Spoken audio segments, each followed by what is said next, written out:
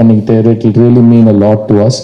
இந்த படத்தில் ஒர்க் பண்ண என்டையர் டீம் வந்து எல்லா படங்கள் விழாவிலும் நீங்கள் கேள்விப்பட்டிருப்பீங்க, நாங்கள் வந்து ஒரு குடும்பமாக சுற்றினோம், இப்படி சேர்ந்து சாப்பிட்டோம், ஒரே பாயில் படுத்தோம்லாம் நீங்கள் கேள்விப்பட்டிருப்பீங்க.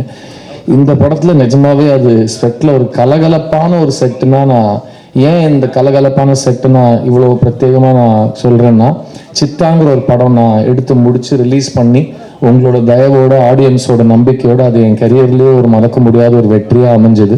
ஆனால் அந்த படம் எடுக்கிறதுக்கு எனக்கு 2 வருஷம் ஆச்சு. அந்த 2 வருஷம் நான் அந்த கண்டென்ட்டில் இருக்கிற நம்பிக்கை, அந்த படத்தில் இருக்கிற வேல்யூ, அதோட ரெஸ்பான்சிபிலிட்டி அதை உணர்ந்து ஒரு பயங்கர டார்க் அண்ட் ஹெவியான ஒரு பிளேஸில் இருந்தேன்னா, நான் அடுத்தது கேட்குற படம் ரொம்ப ஜாலியாக இருந்தால் நல்லாயிருக்கும், எல்லாருமே சந்தோஷமாக சிரிச்சுக்கிட்டு எனக்கு கொஞ்சம் கூட ஒரு ஒரு ஒரு ஹெவி தாட்டே இல்லாமல் ஒரு ஷூட்டிங்க்கு போனால் நல்லாயிருக்கும்னு யோசிக்கிற காலத்தில் இந்த படம் எனக்கு கிடச்சிது.